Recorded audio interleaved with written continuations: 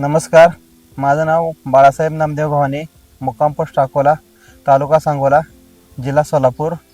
मी माझ्या 30 गुंठ्यामध्ये हायब्रिड मका लावली होती.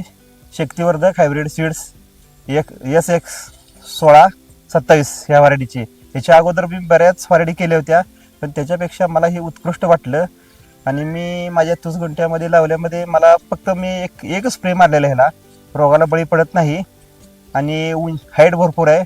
आणि माझ्या ह्या मक्याच्या ताटाला सरासरी 20% ताटाला 2-2 कणसं लागलेली आहेत. आणि प्रत्येक कणीस हे एकदम शेंड्यापर्यंत भरपूर भरलेलं आहे. हे कणीस बघा, पूर्ण टोटल शेंड्यापर्यंत भरलेले आहे एकदम.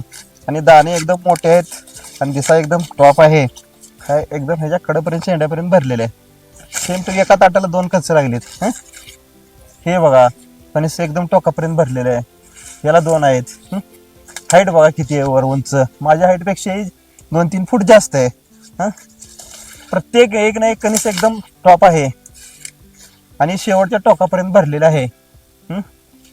हाईट एवढी आहे की, आणि कणसं वाढले असताना सुद्धा हिरवीगार राहिलेले आहे. अजून चाऱ्याला जनावराला हे एकदम उपयुक्त आहे. इथं आहे. आणि हे एवढ्या हाईटवर कणीस लागून सुद्धा एकदम मोठं झालेलं आहे, जाड आहे. शेवटच्या टोकापर्यंत फुल भरलेलं आहे, तंतोतंत भरलेलं आहे. हे कणीस पाहिलं तर बघा किती एकदम टोकापर्यंत भरलेलं आहे. एक ना एक दाणा, शेवटच्या कणसाची हाईट किती आहे, ओळी किती आहेत, दाणा किती आहे मोठा, एकदम दाणा मोठा आहे. आणि भरघोस असं उत्पन्न निघालेलं हे कणीस आहे. ते सेमच आहे. हे ते काय आहे. एकदम सुंदर असं उत्पन्न ह्या आपल्याला व्हरायटीतून मिळलेलं आहे.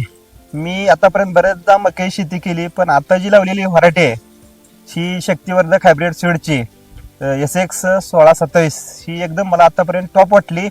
शक्तिवर्धक हायब्रिड सीडची ही SX1627 मका लावली एकदम टॉप आहे. माझं मत आहे सर्व शेतकऱ्यांनी हीच लावे, सगळ्याला भरघोस उत्पन्न मिळेल.